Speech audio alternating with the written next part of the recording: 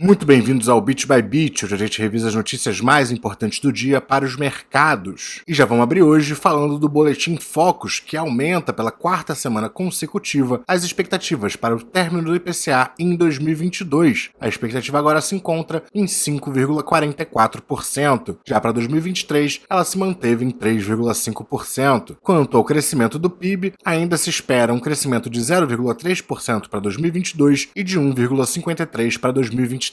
As expectativas para a Selic também se mantiveram em 11,75% para 2022 e em 8% para 2023. E vamos falar do IGPDI, que acelera para 2,01% em janeiro. O índice calcula os preços ao produtor, consumidor e na construção civil, entre o primeiro e o último dia do mês de referência. Em dezembro de 2021, a taxa havia sido de 1,25%. O resultado ficou acima da expectativa da pesquisa da Reuters, que era de uma alta de 1,78%.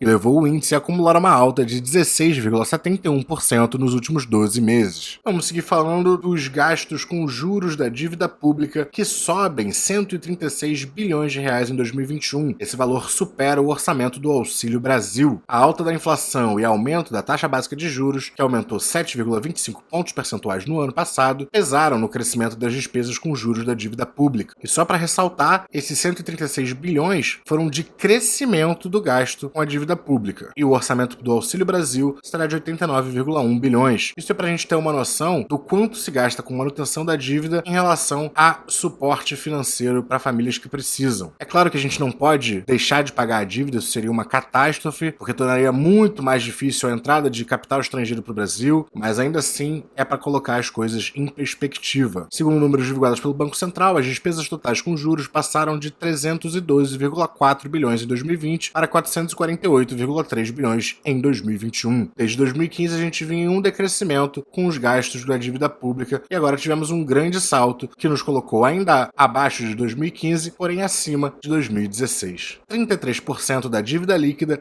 está atrelada à inflação. A alta da inflação aumentou as despesas com juros em 87,5 bilhões de reais no ano de 2021. O aumento da Selic contribuiu para elevar o pagamento dos juros em 71,7 bilhões. Agora vamos falar do PMI composto da China, que cai de 53 pontos em dezembro para 50,1 em janeiro. O nível mais baixo em 5 meses reflete um crescimento apenas parcial da atividade. O PMI de serviços caiu de 53,1 pontos para 51,4. Ao passo que o PMI de serviços ficou em 51,4, o PMI da indústria ficou em 49,1. Os novos empregos no índice composto, por sua vez, registraram a primeira queda desde agosto, impulsionada por um pequeno recuo em novos negócios de produtores de bens e por uma desaceleração nos pedidos do setor de serviços. Vamos falar também da produção industrial da Alemanha, que tem uma queda em dezembro. De acordo com a Agência Federal de Estatísticas, a produção industrial do país contraiu 0,3% no mês. A expectativa da Reuters era de um avanço de 0,4% para o mês de dezembro. Ainda assim, a produção de 2021 foi 3% maior que a de 2020 e 5,5% menor do que o ano pré-crise, que foi o ano de 2019. Trago também a informação que nos Estados Unidos até as lojas de conveniência têm tido dificuldade de reabastecimento, só para a gente saber que as interrupções da cadeia de suprimentos seguem afetando a capacidade de diversas lojas de atender os seus clientes. Eu não vou entrar muito nessa notícia, mas é só para a gente saber que essa força inflacionária ainda está em jogo lá nos Estados Unidos e em boa parte do mundo também, né? Agora vamos falar da BB Seguridade, que tem alta no seu lucro e anuncia distribuição de dividendos. O resultado foi obtido apesar de as despesas com sinistros derivados da pandemia terem aumentado 4 vezes no período. Segundo o relatório trimestral divulgado hoje, os sinistros absorvidos pela companhia por causa da pandemia cresceram 4 vezes em 2021 em relação ao ano anterior, chegando a 864 milhões de reais. Ainda assim, ela reportou uma alta de 1,4%, chegando a 3,9 bilhões de reais do seu lucro líquido ajustado no acumulado do ano passado. Olhando apenas para o quarto trimestre de 2021, o lucro líquido cresceu 33,8% quando comparado com o quarto trimestre de 2020. Seu lucro líquido alcançou 1,2 bilhão nesse trimestre. Junto com seu resultado, eles anunciaram também a distribuição de 1,83 bilhões de reais em dividendos, o valor de referência é de 91 centavos por ação, mas a remuneração pode ser ainda maior. Os dividendos serão atualizados pela taxa Selic do dia do balanço até a data do depósito do provento. Sigo falando da Shell e da Gerdau, que firmam uma parceria para a construção de parque solar em Minas Gerais. A previsão é que o novo parque seja construído em 2023, após ser tomada a decisão final de investimento. Essa joint venture terá uma participação igualitária de ambas as empresas e tem o objetivo de desenvolver, construir e operar um parque solar em Minas Gerais. O acordo ainda depende da aprovação das condições precedentes, entre elas a aprovação das autoridades regulatória e concorrencial brasileira. De acordo com as empresas, o parque fornecerá 50% do volume produzido para unidades de produção de aço Gerdau no Brasil, na modalidade de autoprodução, e a outra metade será negociada no Mercado Livre por meio da Shell Energy Brasil, a comercializadora de energia da Shell. Deixei aqui mais pro final porque quero falar dessa notícia que está sendo muito repercutida, está afetando muito as ações da Oi, mas eu sinceramente não estou tão preocupado. De todo jeito, um relator do Ministério Público Federal, no CAD, recomenda que a compra da Oi Móvel pela TIM, Vivo e Claro, não seja aprovada. Para o procurador Valdir Alves, a compra da Oi Móvel pelas três gigantes de telefonia representaria violações à concorrência. O procurador também recomendou a abertura de um processo administrativo para apurar se houve conduta concertada entre as empresas, com a exclusão de outras companhias interessadas. O parecer do procurador, porém, tem natureza facultativa e não vinculante. A decisão final sobre o caso caberá ao Tribunal do CAD, que deve analisar o caso em sessão na próxima quarta-feira, no dia 9. E não só pelo que eu falei agora, mas também pelo Ministério Público já ter autorizado essa venda, eu não estou tão preocupado. Claro que vai ser mais uma questão a ser debatida, e claro que existe sim a chance do CAD empatar essa venda. O importante é a gente ficar de olho. No dia 9 a gente traz mais notícias. E mais pro fim do dia saiu essa daqui, que a Anatel deve rever a aprovação da venda da Oi Móvel para Claro, TIM e Vivo. Esse é um dado do Globo, de acordo com fontes a par da operação. A avaliação é que a decisão, no último dia 1º de fevereiro, possa não ter validade legal. Por isso, a anuência prévia para a compra de 16,5 bilhões de reais deverá ser considerada nula. Ainda não há uma data para que o Conselho Diretor do órgão regulador se reúna para decidir o futuro da venda da Oi Móvel, mas já é certo que o processo tende a atrasar e ficar para depois do primeiro trimestre desse ano, fora do prazo original estipulado pela 7ª Vara Empresarial da Justiça do Rio para encerrar o processo de recuperação judicial da Oi. Então isso aqui está se tornando um problema cada vez maior para a Oi. Parece que a coisa está ficando realmente séria. Em paralelo, o CAD, que regula a concorrência no país, também analisa o processo. Fontes dizem que na semana passada as teles enviaram uma nova proposta. A Copel enviou à Anatel uma petição pedindo que a anuência prévia dada aos negócios seja anulada. Segundo o documento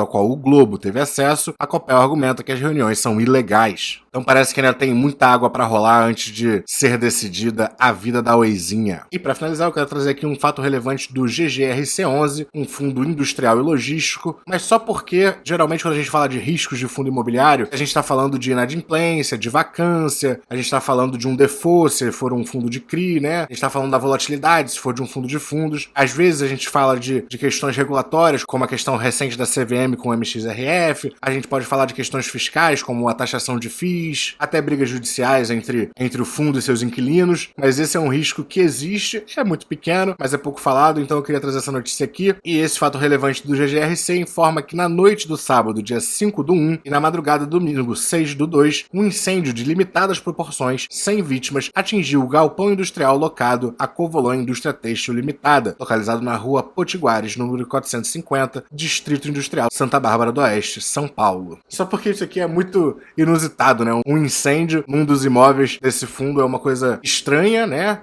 A história se torna ainda mais interessante quando a gente analisa que a Covolon está em uma briga judicial com o GGRC, mas é claro que eu não imagino que a Covolon tenha iniciado esse incêndio de jeito nenhum, eu vou pensar isso, mas é curioso e eu queria trazer aqui para vocês e cada um toma suas interpretações aí. Vamos agora aos destaques do Ibovespa. Entre as altas, em primeiro lugar, a gente tem a BB Seguridade subindo 5,83% depois de anunciar seus resultados. Tem também a JBS subindo 3,94%, CSN 3,49%, Uzi Minas 3,43%, Localweb 3,39% e Bradespar 3,06%. Entre as quedas, os destaques ficam com a Notre Dame Intermédica caindo 5,04%, Hapvida 4,42%, Cogna 3,61%, Via 3,32%, B3 que estava vindo bem, mas agora está caindo legal, 2,76% de queda, e a BRF com uma queda de 2,72%. No mapa da S&P 500 a gente tem bastante verde, mas em setores menos relevantes. Quando a gente olha para a tecnologia, também vermelho, principalmente Facebook, caindo 5,14%, PayPal segue apanhando também, caindo 3,7%, mas Petróleo e Gás está indo bem, a maioria das financeiras está indo bem. Olhando para o fechamento do Bovespa, a gente caiu 0,22%, a gente não conseguiu tomar essa linha de Fibonacci aqui, a gente veio certinho nela, fomos recusados, mas a gente já encontrou força compradora aqui embaixo, a gente segue encontrando suporte suporte por aqui e resistência nessa Fibonacci, mas como a gente segue batendo a porta dela, eu imagino que a tendência seja para cima. Nos fundos imobiliários tivemos uma queda de 0,23%, o GGRC que caiu bastante com aquele incêndio, uma queda de 1,06%. O S&P também não conseguiu tomar essa média móvel de 20 dias, com uma queda de 0,37%. O índice alemão subiu 0,71%. O dólar volta a cair para esse nível de suporte aos R$ 5,26. A gente já tá batendo a porta desse nível algumas vezes, a gente nem conseguiu tocar na média móvel de 200 dias, então eu penso que o caminho mais provável agora é para baixo. Os juros pagos pelos títulos do Tesouro Americano de 10 anos seguem subindo 0,47%, pagando 1,92% ao ano. O ouro tem uma pequena alta de 0,79%, mas ainda se encontra um pouco longe dessa linha de tendência que a gente tem que quebrar para seguir com os movimentos que eu acredito que vão acontecer esse ano. E as criptomoedas seguem performando bem, a gente estava pelo menos em incerteza até aqui, mas a gente conseguiu romper muito fortemente essa média móvel de 20 dias, agora de 50 dias também. Até então a gente sobe 3,72% aos $44.019. E por hoje é só. O Bit by Bit vai ficando por aqui. Se você gostou do conteúdo, não esqueça de dar aquele like, se inscrever no canal e até a próxima!